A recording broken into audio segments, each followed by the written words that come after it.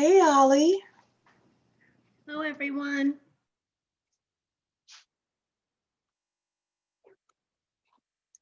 Okay, we are up and live on Facebook and check YouTube as well.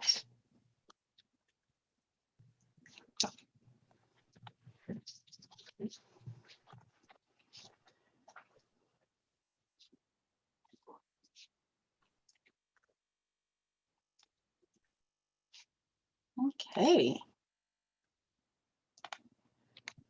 Here we go. Hello, everybody. Hello. I just spoke with our guest for today, so he checked with me for the Zoom, so he is on his way. In the meantime, we want to say hello to everybody. Welcome to the 10K Project. We're a community of Black people who are looking to support each other with regards to financial literacy and entrepreneurship. And we have the great and wonderful Eric here today. The topic of the day is reinventing yourself financially for 2021. What does it take to reinvent yourself? Yes, it is the fourth quarter, but we know that championships are won sometimes in the fourth quarter by doing a few simple things. So we want to definitely end the year off right. I have one of my mentors coming on. Actually, he's doing a conference in the next couple of weeks, a virtual conference, and I asked him if he would come on. And he is the king of positioning yourself for success. He is actually a former financial advisor as well. So, he's going to talk about a whole lot of things with us. And I'm going to say hello to everyone here. So I see we have Highland, Indianapolis, we got San Diego, we have Florida, California, Menifee, California, Stockton, California, DMV, Memphis in the house, McDonough, Georgia, Boston, Sacramento, Wharton, New Jersey, Maryland. Oh, hey, Lewis, I haven't talked to you in a long time. Hope everyone is doing well today. Do me another favor, please do me a favor as well. Tell me what, from a financial point of view, you want to reinvent in 2021. Tell me what you want to reinvent in 2021. Let's start off from financial. It could be something for you personally. It could be something for your kids, your parents, anything like that. But we definitely want to have the exchange with regards to that as well. What are you looking to reinvent in 2021? I see Charlie here on YouTube, want to say hello. I see Talisha in Facebook, hello, hello. What do we want to reinvent? I see Los Angeles is in the house, hello, good evening. What do we want to reinvent for 2021? Tawana, Eric, you guys have any ideas? What are you guys thinking about reinventing for yourselves? I'd like to reinvent not using credit cards. Like, I want to be able to only use cash for all of my purchases, even big purchases. And if I don't have the cash for it, then I want to be disciplined enough to leave it right where it is in the store. Interesting. Eric? I mean, for me, like I'm a big fan of alternative investments. I'm a big fan of crypto. It's not financial advice, but just that's me. That's me speaking. And I just want to continue on looking for alternative investments and looking to be early in those. I just believe that that's where the place is. I mean, that's where I always want to be. Is to be early in those things, and I just think that that's the pioneers, I guess they say, get arrows in the back. But nevertheless, that's where I believe the most explosive growth and upside is. So, yeah. I'm sorry, I texted Marvin again to see if he was able to find the Zoom link. So yeah, we have here some comments about things that people want to reinvent. Interested in inventing financial independence and control over my time. Also legacy wealth. Well, you're definitely in the right place. A few weeks ago, I did a session on time management for wealth builders, and that is in YouTube. It's also going to be in our knowledge center, which should be up hopefully in the next couple of weeks. So they're pretty much done with the knowledge center. They just needed us to add some content and do a final review. So, but sure, you may want to check that out. It is on YouTube. It's time management for wealth builders. So, because definitely controlling your time and reallocating your time, I think is a big thing. Reinventing my money story so I can help my family. That's great as well. That's huge. Tawana's saying, stop spending so much money on holidays. You could definitely reinvent that. Definitely. That's just up to you deciding. I think one of the things, well, we talked about how to make more money and save money during the holidays. We talked about that a couple of weeks ago, but I was speaking with a friend earlier today, and she said that there's a difference between, well, I want to get the quote right. There's a difference between choosing to do something and deciding to do something. The root of decide means to cut off. When you choose, you still have options, but when you decide, there's no going back. So when it comes to anything that you're talking about doing with regard to reinventing yourself, here's Marvin, then there's a difference between choosing and deciding, you know? And for me, one of the big things that I'm guilty of is choosing to do certain things. And I know I'm choosing versus deciding, because when I decide to do something, it really is like, you know, that's it, right? But I have had those things where I've said, oh, I'm going to do this. And then I get a little flimsy with that decision. One of the things that's also helped me is just putting it out to people that, hey, this is what I'm going to do, especially if other people are depending on me for that. So we'll say, hi. I will say that within 10K, I know it drives Swan a little bit crazy, but I'll throw out a date saying, hey, we're going to do something on such and such a date, because she's very different from me with regards to that. But one of the reasons why I do it like that is because if I don't have a date attached to it, it just may not happen. Versus if I tell all of you, okay, on November 2nd, we're about to do the Black Family Wealth Challenge, then I have to like scramble and figure out how to put it all together. It all comes together eventually. So Marvin, we want to say welcome to you. And you're on mute. Thank you very much. Good to see you. Good to see you as well. So I want to just read a couple of things. People are talking about some of the things they want to reinvent in 2021. So we're reading some comments here with regards to people. Dr. Marlon Fuller is saying, thank you for having me.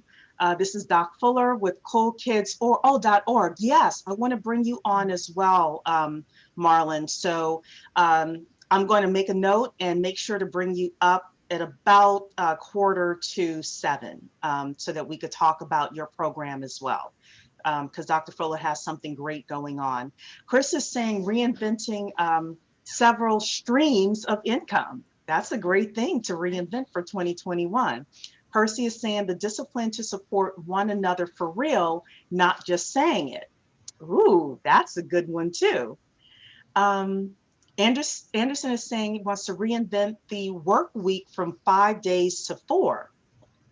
Okay. I like these. Y'all are thinking outside These are great. Tia is saying reinvent the approach to family trust or a family will. Well, Tia, I'm sorry if I'm mispronouncing your name. You definitely want to be a part of the Black Family Wealth Challenge, because we are having an attorney coming on to talk just about that. We're not only having an attorney coming on, but we're also on the same night having a mental health therapist coming on to talk about how to have these difficult discussions, especially with our elders. I was shocked to find out that Chadwick Boseman also didn't have a will. Right. I don't understand what's going on with people and not having wills. And it's not like he died suddenly. He knew this was happening. He married this woman, and now, look what's happening. So we've got to reinvent these things. Michael is saying, help rebuild the Black community so we can survive America while we plan, strategize, and organize and execute our exit to Africa. Yeah, some people may want to do that. You know, some people may want to have both passports. So with that, Tawad and I have a hard stop at 7 o'clock. So I do want to yield the floor to Marvin, have him talk. Marvin is, I will admit, he's a personal mentor of mine, been a personal friend of my mother and I for over a decade now. He is brilliant when it comes to business, entrepreneurship, positioning yourselves, reinventing yourselves. So he could literally talk for an hour just by himself, but we're gonna yield the floor to you for like, let's say 5 minutes. Give us an intro and tell us some things we need to think about with reinventing ourselves, and then we're just gonna toss a whole bunch of questions to you, Marvin. So one of the beautiful things about this whole thought process of reinvention is the belief in the power and the creative innovation that we have, right? And here's the thing. There's really no such thing as reinvention. It really is recreating what's already there. You know, there's already opportunities there. There's already people there. There's already information there. But we don't necessarily know how to tap into it. We don't necessarily know how to get what we need to get out of the people that we know, or the people that we meet, or the people that we will meet in the future. And so this term is this thought process of reinventing or re-beginning or restarting is perfect for people with an entrepreneurial mindset. Because people with an entrepreneurial mindset know that it doesn't matter what you do if you're not doing it to help someone else. If you're not doing it to create something that helps someone else get ahead, if you're not doing something that's valuable to someone else, then you can sit around and spin your own wheels all you want to and decide for yourself, I am something special, I am wonderful, I am talented, I am gifted, and that's great. But until somebody else or a group of people, a target market or a specific niche understands that truth and is riding with that and really understands that, you really don't have much to offer. And so I think the first thing to think about when we think about reinventing is truly understanding our position. Really, where are we? Now, I think about this because in the Army, when I was trained as a lieutenant, one of the things we went through in field exercises was called orientation, right? Learning how to find out where we were in the middle of nowhere and then plot us a course to get us to wherever we're going to go to. And we had to obviously have enough to deal with any obstacles we felt that were in the way. And but we first had to find out, well, where are we? Truly, where are we? And so, the first thing I think when I think of reinvention is, okay, let's get set. Let's really start to organize our thoughts, our processes, our mindset, everything to truly understand where we are. And a great question, or a series of questions, I should say, I learned when I was very young from Dr. Maulana Karenga, who's the founder of Kwanzaa. He said all ancient Africans from the beginning of time have asked these 3 questions. 1, who am I? 2, am I really who I say I am? And 3, am I all that I ought to be? So what I'm saying to you guys is you can't reinvent yourself without asking those questions, without thinking through that process. When you stand in the gap between where you are now, where you want to be, where you are now, where you want to be in the future, if you're not grounded truly in who you are, and I mean really who you are, because if you're just saying who you are, you're defining it by yourself, you're not getting any other people validating that, any other people coming along with you, sharing that information, guess what? You're still lost. You don't have a place to start from. And until you do that work, and I hate to borrow anything from Iala Van Zandt, but I love her when she says this, we've all got to do the work of identifying, really who we are, what we have to bring to the forefront of human history, what our purpose is, what our mission is, what our thoughts and ideas really are. And then we can launch and go, okay, here is where I stand, here's what I believe in, here's where I'm gonna go. And people can identify with that and come along with us and support us. But until we kind of got a well understanding of those things, And I don't mean so clear that it's like right there in front of you, because there's no such thing as that kind of clarity, really. I mean, you know, if you're talking about future casting, you're talking about visioning something in the future, you got to go a little further out than, you know, 5 minutes from now, because there's no risk 5 minutes from now. there's only risk out in the future into the unknown, and you just got to make sure you're going in the right direction, because the destination will find itself, it will show itself worthy of you as you get closer to it. But in reality, when you're starting off, you know, there's no such thing as clarity. It's just the clarity of direction, not necessarily clarity of actually arrival, because you've never done it before. Whatever you've done, and by the time you try to do it, even if you have done it before, it's a new history, it's a new reality, new people, new processes, new everything.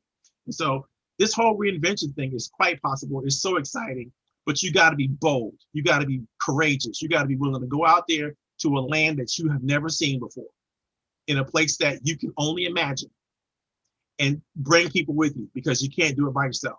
Just can't do it.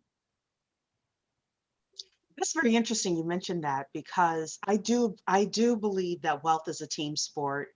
And I do believe that you can't do it by yourself. Whether you're an entrepreneur, you're going to need customers, you're going to need team members, you're going to need support. You may need your wife or your husband or your girlfriend or your kids to say, thanks, Dad. You know, I got your back no matter what. I know you're hustling and all of that. How do you, though, deal with people who are naysayers, who, especially family or people who are close to you? How do you deal with that when you say, you know what, I want to reinvent something in my life, but this person who really does need to be a support system is not? Every year, I literally weed the garden. And there's people who are ready to ride with me into the next level of my future, and those that aren't. And those that are ready, I keep them. Those that aren't, they got to go, because they're taking up valuable space. They're taking up valuable time. They're taking up energy and resources that are slowing me down. And I don't have time for that. So if you're not adding to the mix, then you are, you know, creating a deficit.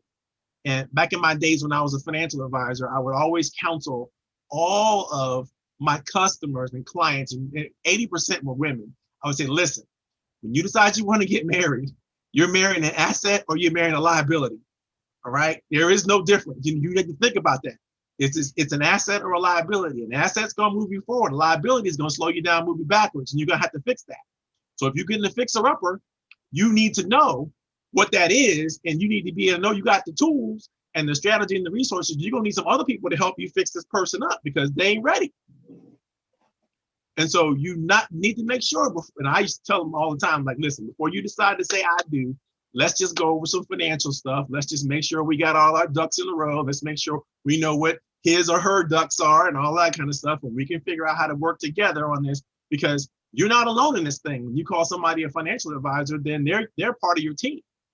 And they need to know you're about to shake things up and change the whole plan. And this is not going to necessarily work to your favor if we don't put the right things in place. And I'm not talking about prenups. I'm just talking about a plan to work together to collaborate and create something new, something better with two people instead of one.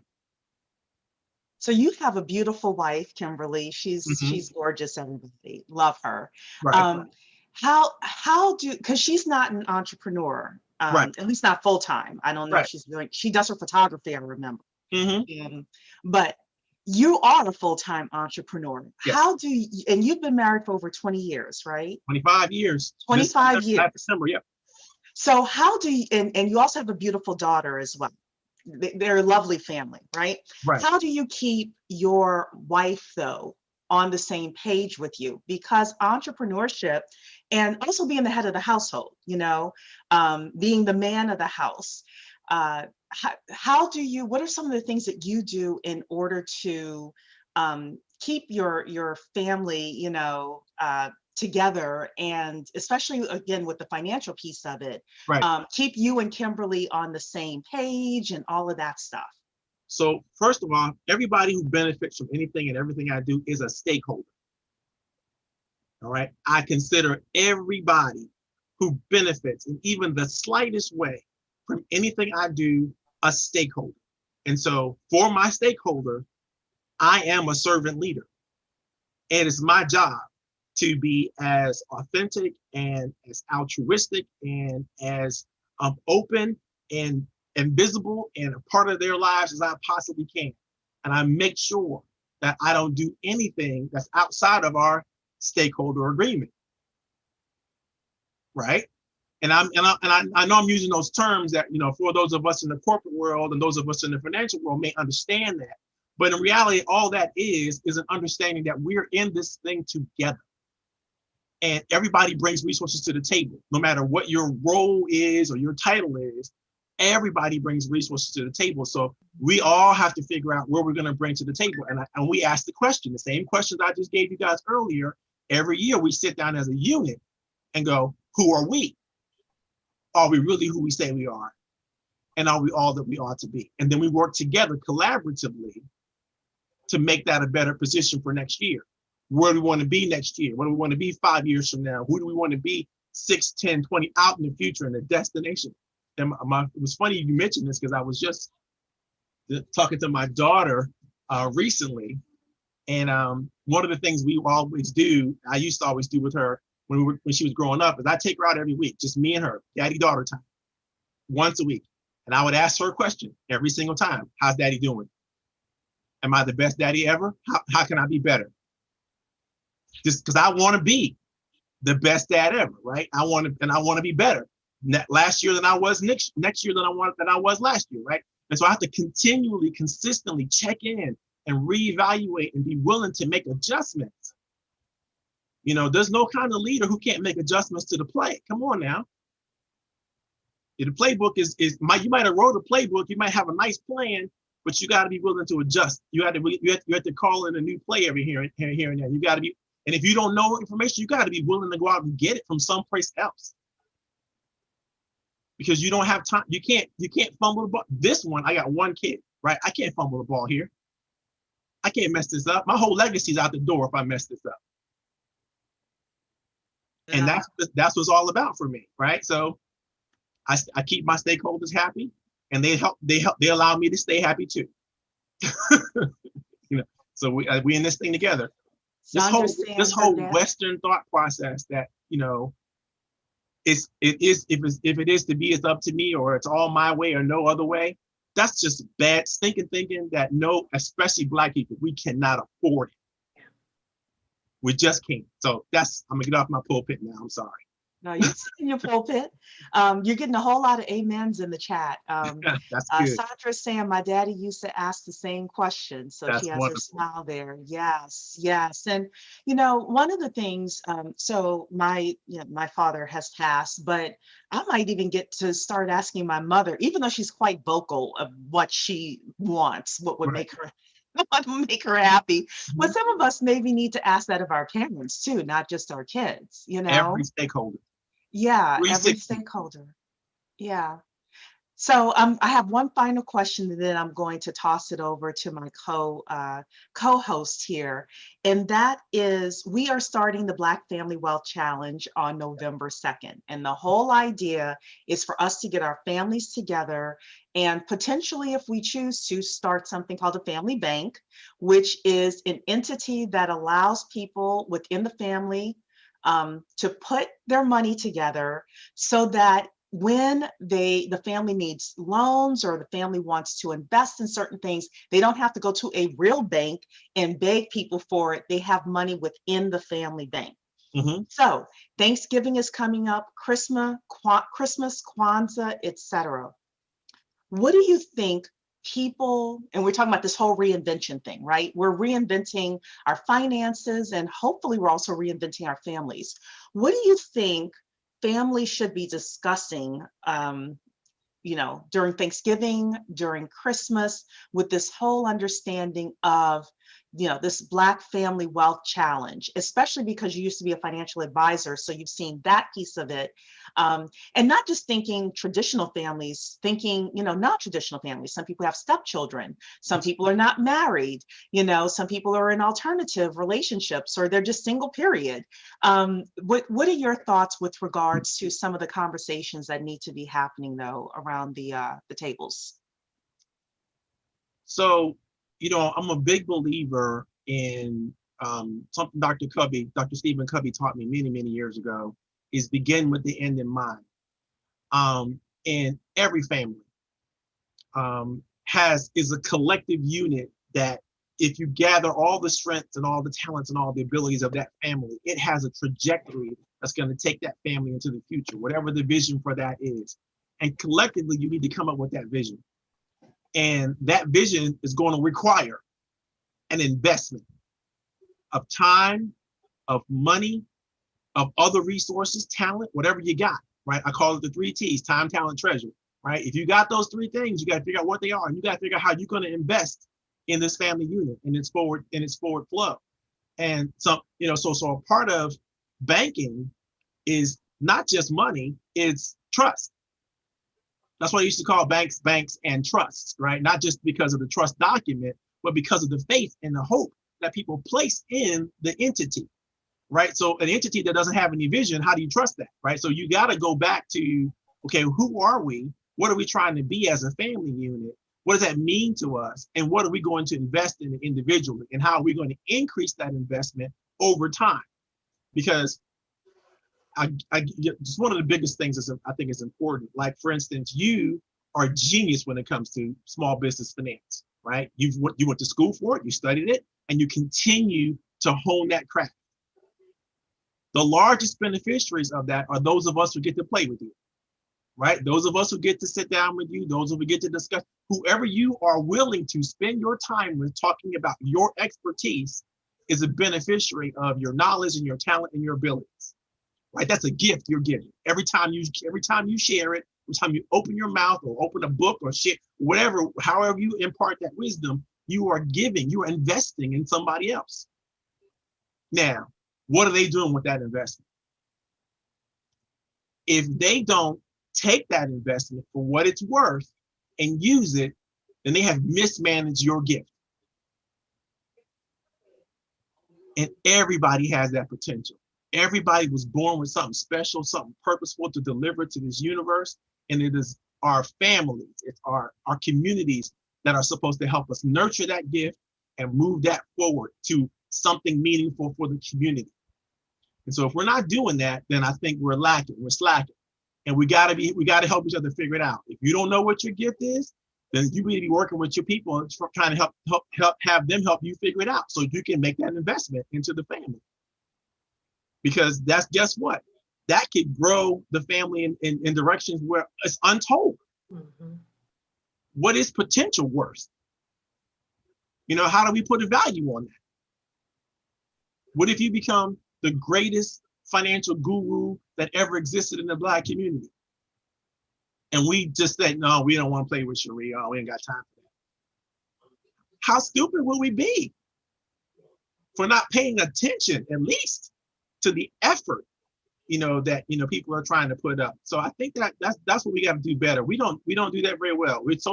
Most of us are so into ourselves, we're not paying attention to each other, and that's what kills us. That's what makes it difficult for us to tap in to our special gifts. And it's even your family members will tell you, oh, you shouldn't be doing that. They got to go. They got to go.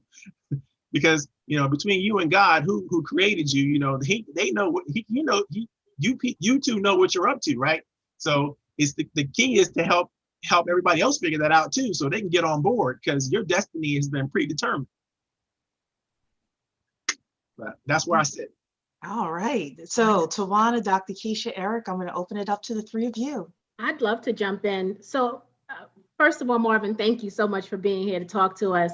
As you were talking about reinventing yourself, 2 phrases popped in my head.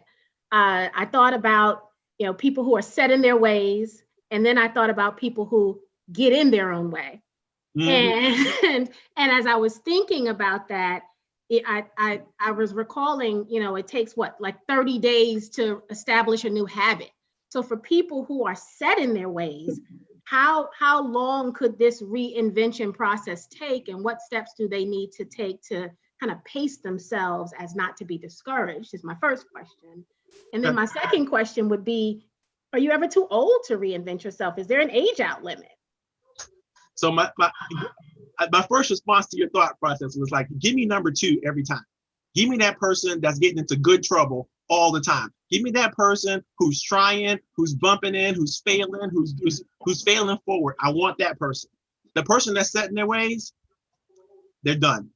You know, really, if you can't be convinced that in order for you to get something new, you're going to do something different. If that one concept doesn't work for you, we got to leave you behind.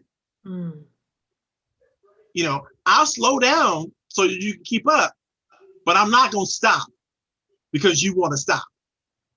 I'm sorry. History is moving forward. Life is moving forward. Everything is moving forward. You want to stand still? You're going to get left behind. We'll do what we can to convince you, but you got a little bit of time because the cavalcade is rolling. You know, the train is moving and you got to jump on board. You know, we'll slow down and let you jump. We'll even give you a step ladder. We'll do what we can to reach out to you, but we cannot allow the train to stop moving just because you convinced yourself you're done.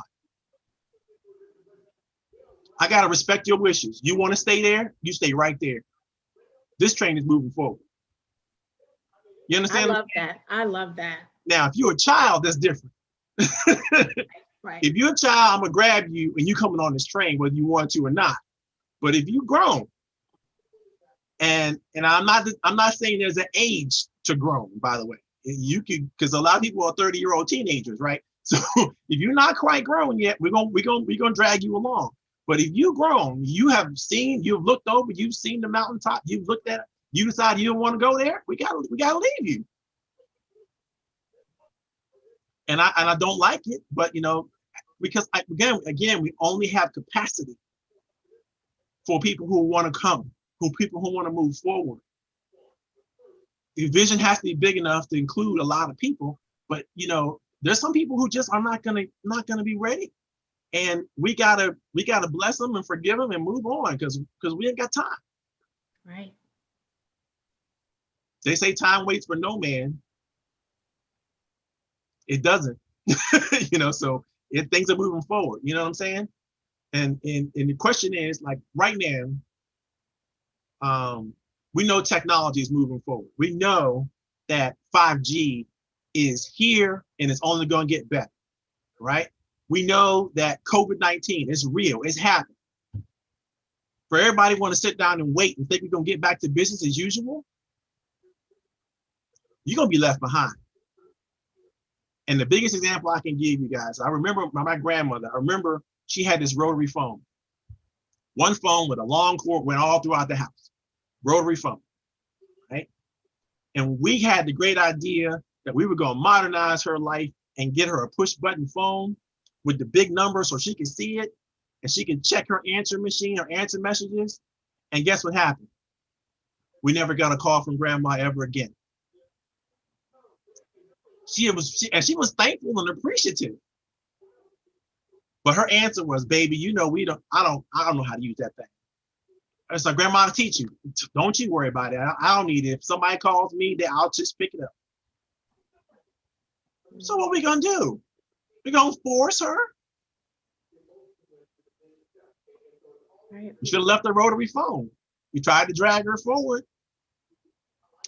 And it cost us. You know what I'm saying? It cost us because we tried to move her off of something that she was already entrenched in without even talking to her. And even if we did talk to her, she would have said, oh, that'd be wonderful, baby. She was lying. She wasn't going nowhere. She wasn't going to do nothing about this.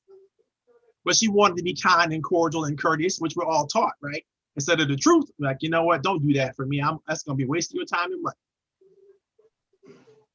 But I do like the concept of that communication, right? So maybe not grandma, but with some of those other people that we end up leaving behind. If I tell you this is the mission I'm on and you're not down the ride, when I cut you off, don't never talk to me again. I just have to complete this mission, even if you're not in for it. I'm gonna let you know the train is leaving. You're gonna see the train leaving.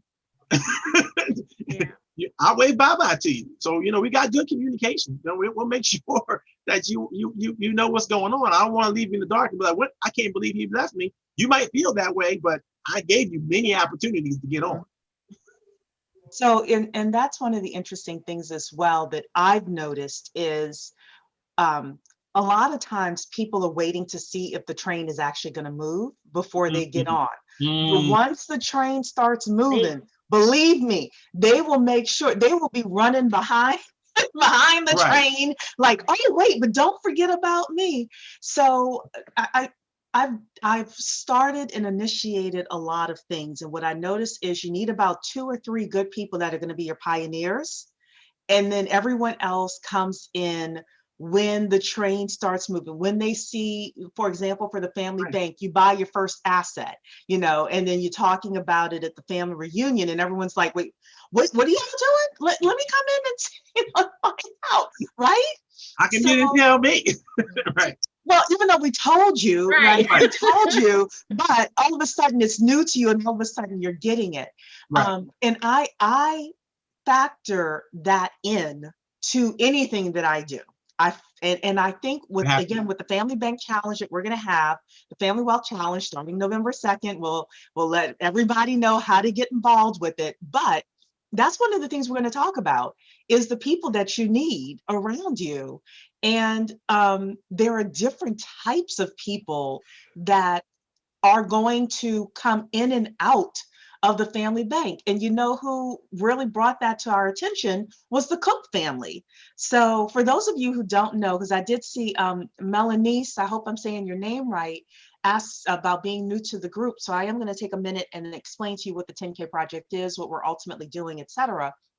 But we had, for those of you who are new, we had a family, a gentleman named Robert Cook and his family come on. They started off with $25 per month per family member, and now they have 7 figures in cash assets. They have banks contacting them, begging them to borrow money, and they spent an hour and a half with us, and they went through everything from how they got started, how they grew, how they dealt with family members, how they taught financial literacy with their family, etc.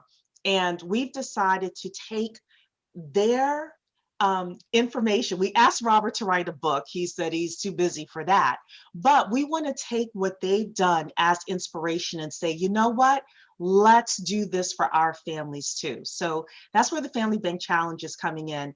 And what our group is, I'm just going to share my screen really quickly for everybody, just 2 minutes to go through who we are and what we're doing here. So we are the 10K Project. We're looking at building up the Black community. And there are a couple of ways that we intend on doing this.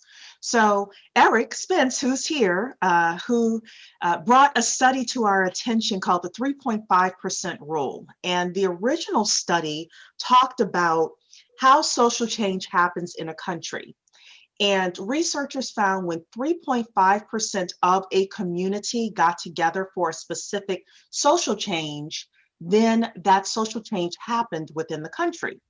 So we've turned it around and said, you know what, we want 3.5% of the Black community engaged so that we can have economic change. And that's about 1.3 million Black people earning higher incomes, buying assets, becoming entrepreneurs if you choose to, because entrepreneurship is not for everybody, and ultimately building generational wealth. So there are a couple of ways that we do it. Number one is we have all sorts of events. Some of them, like today, are public. Others are members only. So for example, the Family Bank webinar was a members only webinar. We have a couple of other webinars coming up for entrepreneurs. We have a gentleman coming, actually a friend of mine, coming next Tuesday to talk about using technology to teach your kids STEM. That's what he does for a living, and he has a very successful nonprofit that specifically works with Black and Hispanic boys, teaching them STEM and getting them engaged. He's been running it for 11 years. So you can be a member and attend these types of webinars that we have in education as well. So membership is $100. It's a one-time payment. You become a member for life. You get access to our knowledge center that we're building. You get access to all sorts of wealth building and business building webinars that are not public. And next month, we're also going to have a business directory for those of you who have businesses that you want to include in the directory as well. Then, but wait, there's more, because our second big thing that we are doing is we have applied with the SEC and FINRA to do something called equity crowdfunding. And what that is it's a group of people that come together and put a small amount of money together in order to fund a business. And you do that in exchange for equity or partial ownership of those businesses. So we have applied to the SEC and FINRA. We've actually already gotten our check mark from the SEC. So now we're going through the FINRA process. We're specifically looking to fund Black businesses.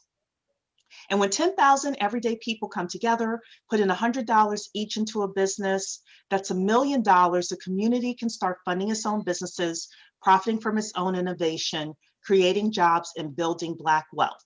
That is our ultimate goal is to be approved by FINRA and to be able to do this for and with the community. So again, one-time payment of $100. If you want to be a part of our community, we would love to have you. Nicole is asking, is there an application process for the crowdfunding? The answer is yes. If you are an entrepreneur, all of that information will come out if and when we are approved. We have to say if for legal purposes, if and when we are approved. But we have hired a very, very good attorney. We talk to her 2-3 times a week. She has helped other portals get approved, and she is working with us as well. So Tawana, I always ask you if I forgot anything. Nope, you included everything that we needed to talk about. Okay, so I want to get Dr. Keisha and Eric in the conversation here. I'm also going to bring up Dr. Marlon to talk about, y'all, I'm very passionate about children, about Black kids, and anything we can do. And Dr. Marlon approached me with something very special that he's doing. So I'm going to also give the floor to him for a couple of minutes as well. But in the meantime, Dr. Keisha and Eric, ask Marvin some questions. Great, Dr. K. Great, Dr. Keisha, you're on mute. How about that? Yeah. Okay, well, there you go. Well, hello, Coach Powell. Listen, I wanted to jump in and just, for one thing, thank you so much already for your insights. But I wanted to ask you, though, what do we do with the people who are on the other side of, being interested in everything? How do you hone in that kind of person? The people who are just, about all kinds of possibilities. You have that, things go on both sides. You got the people who are totally stubborn, then you got the other end. So is there an approach that you have to help rein in that free-spirited person?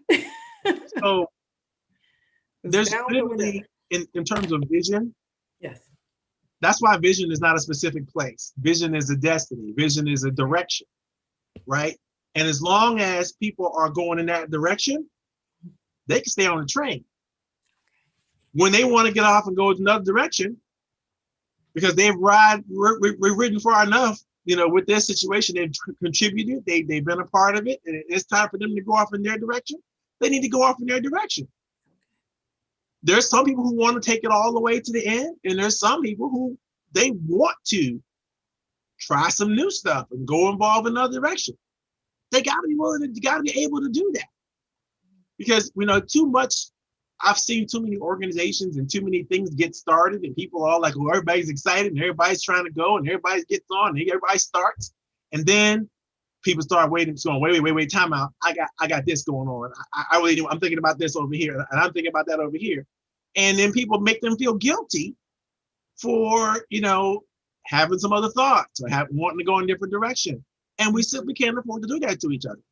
I think that, it's important to encourage people. If you found that some things that you want to do that are better better for you in your situation than where the group is going, then the group ought to bless you and say, move on. Good for you.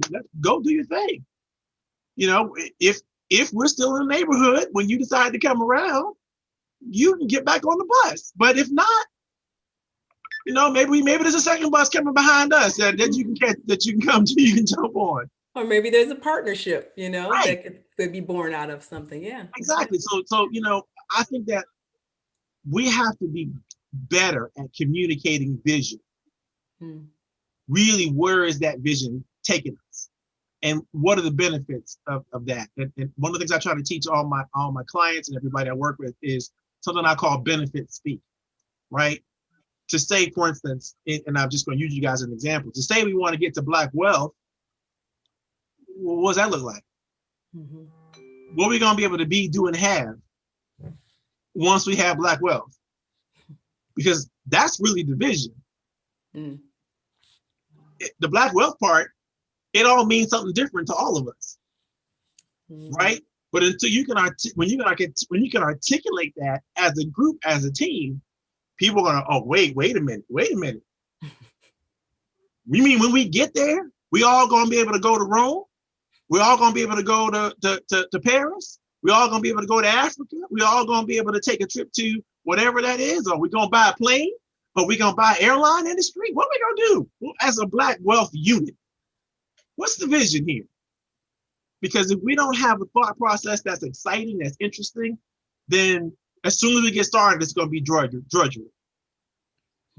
You know, it's like, oh, we gotta do one more meeting, gotta make one more thought, we gotta do one more thing. And where is this all going? We don't know. When somebody else asks us, what you into?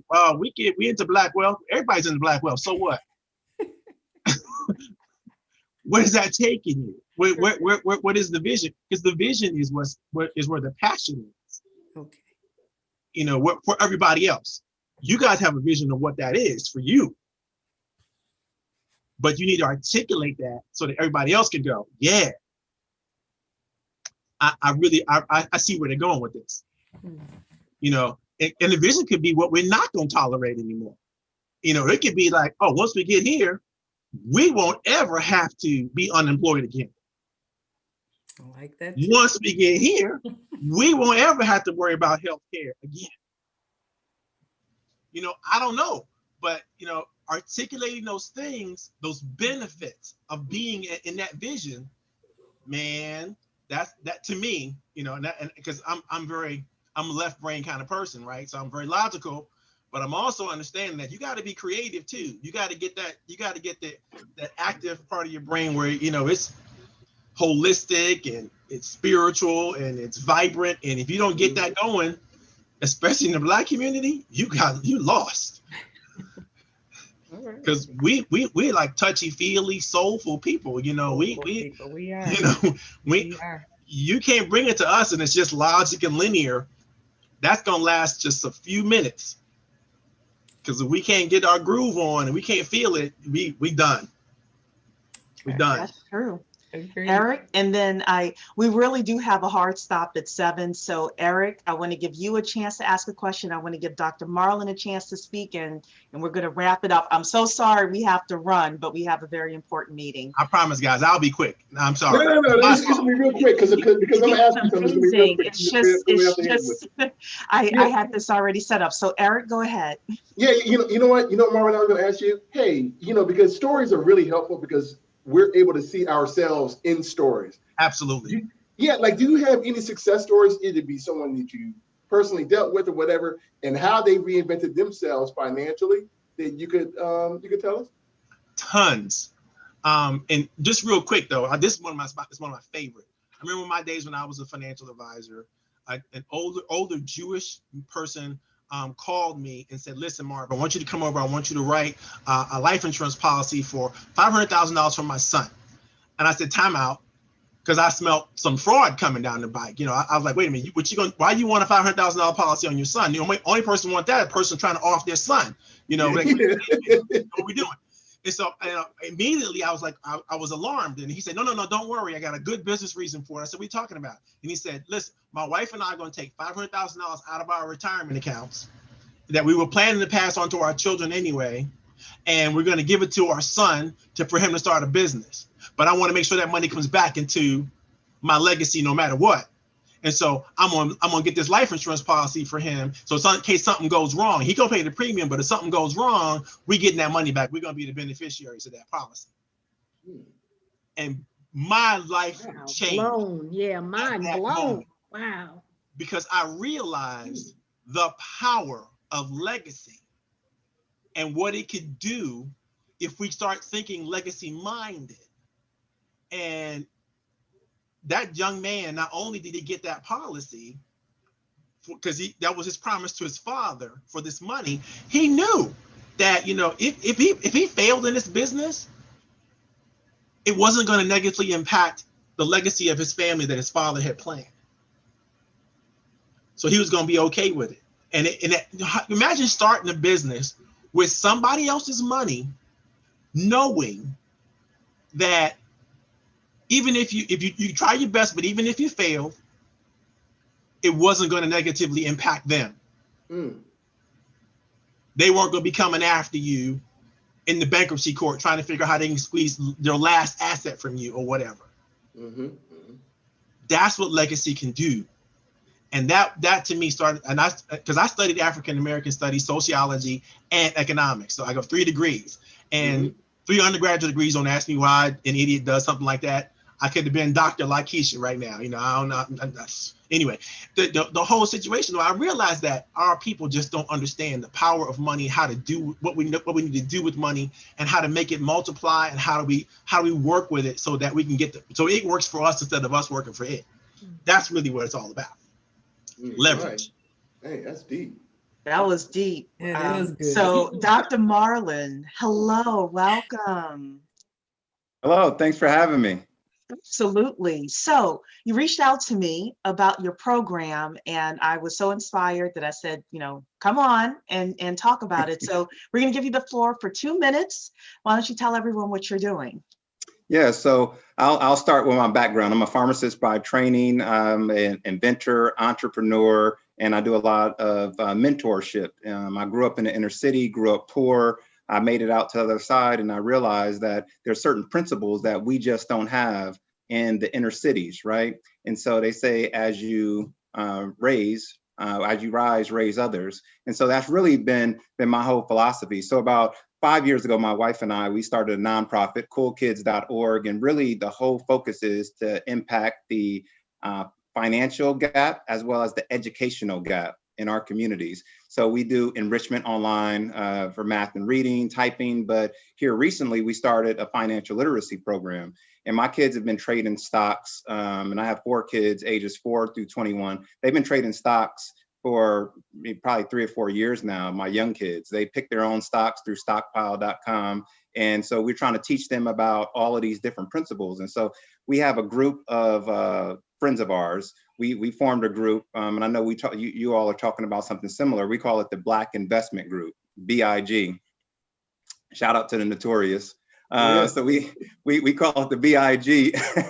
And really the focus is we're starting talking about like all of these financial principles, and you're like, why are we just now talking about this? Like, why are we just now talking about options, calls, and puts? Like, we've been investing in 401k and putting our money in banks, and we know about CDs and things like that, but there's things that we could have learned earlier. And so we talk about compound interest, right? Well, our thought process is compound education, you know, that financial literacy education. And so getting to understand something at a younger age, you have the multiplier effect. And so anyway, our nonprofit about 3 months ago, we just said, you know, we're going to start something that we know needs to be out there, financial literacy for kids. We're going to hit them when they're young, you know, between 8 and 16 years old, before they get credit cards, before they have too much influence from the outside. We're going to give them a foundation. So we know that around 50% of the US households don't even own stock. So the kids in our program are going to have stock before their parents even. So our program is focused on those kids 8 to 16 years old in our community, Black and Brown community, in lower socioeconomic areas. And so we started this program in September. We had 136 kids that were a part of our Zoom class. So we're teaching them about earning, spending, investing, how to save their money. And the highest principle is about donating. Okay, so once you get somewhere, what are you doing for others? So I know you mentioned that, Mr. Powell. It's like, so what, you're doing something. Like Chris Rock said, he said, so what you take care of your kids? You don't get any credit for that. So like, what are we doing that we don't necessarily have to do for others, right? And so that's the true goal. And so I have a saying, it's called the 3 Ps. I know you have the 3 Ts, Mr. Powell. I have to keep those in mind. I like the 3 Ts. I have the 3 Ps. It's called passion and potential for purpose. And so what are we utilizing our talent for, and how are we impacting the lives of others? And so our goal is to really advance education in the youth, start early. And in this process, we're actually educating the kids' parents as well, because they don't have a lot of this knowledge base, a lot of them also. And so we're trying to impact them now so that they can create ripples. We want to throw that rock in the lake and see, how many ripples we create in the universe. And so this isn't something that is going to have big impact now, but we envision this having multi-generational impact. And so the kids that graduate our program, it's a 4-week program. The kids that graduate our program, we're giving them $40 in free stockpile vouchers. So they're going to be able to invest and buy stock in their stock of choice. And so I put in the comments section, is like, forget about Jordans. We're trying to get kids to buy Nike stock, So the things that you love, Warren Buffett, he said, he had a principle. He said, don't just buy something to buy it. He said, buy stuff that buy something that you consume. And so my son, I think this past year, he's up about 300% in his stocks, and he's 9. Sick. Yeah. So that's the focus. And we're trying to get more kids. We have space for 500 kids, and we're trying to get as many kids as possible. So what do you need from us, Dr. Marlin? Excellent. I think what we're trying to do is, because, my wife and I, we still work full time. I work in research for a pharmaceutical company. My wife is an executive in sales at Procter & Gamble. So we don't have a lot of bandwidth, right? I'm entrepreneurial. I own multiple businesses. I have 4 inventions, multiple trademarks. I have lots of different things that are going on, but my bandwidth is low. And like, one of my things is like, I'm not an expert at marketing. So really what we're looking for are evangelists that can just communicate the value proposition of our program and communicate it to the community. So we're talking about Black and brown churches. We're talking about schools in lower socioeconomic areas. We're talking about social media, all of these different ways that we can communicate. And, and thank you for having me. I know you have a lot that you're doing with this program, all of you. I've been checking out the 10K project. I will be becoming a member and getting that $100 contribution. I think what you guys are doing is amazing. And I think what we're trying to do is just find evangelists that can communicate that value proposition for us. So 2 things. Number 1 is your email address if somebody, wants to reach out to you because they have a platform or something. So it's real simple, because I was one of the first ones to sign up for a Gmail account way back in the day when I was in college. So my email address is drfuller, drfuller@gmail, drfuller@gmail.com. Okay, My website is easy. coolkids.org. You can sign up. That's the easiest way to communicate. So drfuller@gmail.com. Everybody, that's the way you get in touch with Dr. Fuller. Let him know what you're able to do. I will tell you something, Dr. Fuller, every time we put something out, our community shows up. You'll be surprised who hears this and listens and says, oh, I could introduce you to XYZ person over here. So we are encouraging, even if you just know one other person that can join this program, please do that. If you know parents, if you're part of a parents association, if you're part of a Facebook group of parents, being able to bring either Dr. Fuller in or let people know about it. If you deal with your church, anything like that, we definitely want to support Dr. Fuller in what he's doing. So, and I'll just add, there are 69 of us on right now. If the 69 of us got off of this call and went on our personal Facebook page and just put in coolkids.org, imagine what all of our friends will click on it and what could happen if we just did that one small little act of kindness for this organization. And I'll tell you, we have a 501c3 nonprofit, so any donation is tax deductible. We're also affiliated on the back end. So through your employer portal, there's matching donations. You can find our organization on that portal. So if your employer matches, is our name, our company is called Cool Kids Fund Inc. Cool Kids Fund Inc. And we volunteer our time. So 100% of the donations go to kids that need it. So we're really hoping that we can impact. We see that there's a huge need, and you should see some of the messages that we're getting from parents and the kids. Some of the kids are saying they want to do, because we only have a class once a week. They're saying they wish they had a class twice a week. You know? Oh, wow. Fantastic. Yeah, and we have Well, we're going to work. And real quick, we'll work with you to get that, make that a reality, hopefully, maybe in the next year. Maybe that's how we reinvent, your organization for 2021. Yeah. Thank you. And I know you have a hard stop, so I'll stop there. Oh yeah, it's right on the line. Yes. So Awesome. thank you everyone so much. First of all, Marvin, the chat was lit up tonight. Here Marvin's got to come back, Cherie. So fortunately, I have direct access to Marvin. So yes, we will get Marvin back. We will definitely get Marvin to come back. And Dr. Fuller, we would also like to have you come and do a members only presentation about what you teach kids with regards to stock and things like that. Because I'm very much an advocate for financial literacy for kids. So I'll be in touch with you to get that scheduled, get that on our calendar of events. I have already put my post up, coolkids.org. So coolkids.org. be about it. Don't just talk about it. I know, right? I'll be doing it too, up. trust. Please reach out to Dr. Fuller. Marvin, final thing. Marvin has a conference, virtual conference coming up. Can you tell everyone what the virtual conference is and how they can find out more?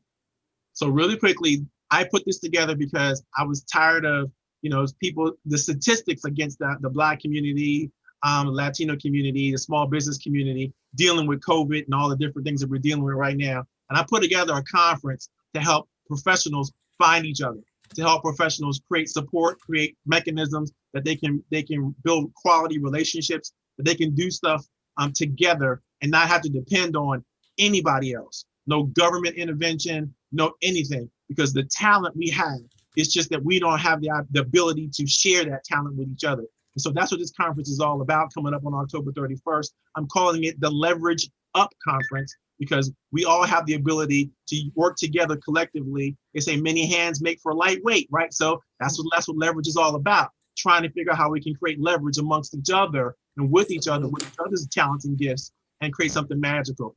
I'm gonna give Cherie about 10 free tickets, but that to be given at her discretion to anybody she wants to give them to. But everybody else is gonna have to pay the small fee of $99 right now to get into the conference. But it's gonna be a blast. I got speakers, I got people just lined up. We all have the same mindset, just literally to give and to share as much as we possibly can, and just suspend all the doubt and all the stuff that we carry around, the baggage. We don't trust this and we don't like this, and we're gonna let all that go. We're just gonna have a good time for a whole day virtually online. So don't nobody have to get themselves sick or anything like that. If this goes well, we're gonna do it every quarter. Fantastic. So I already have my ticket.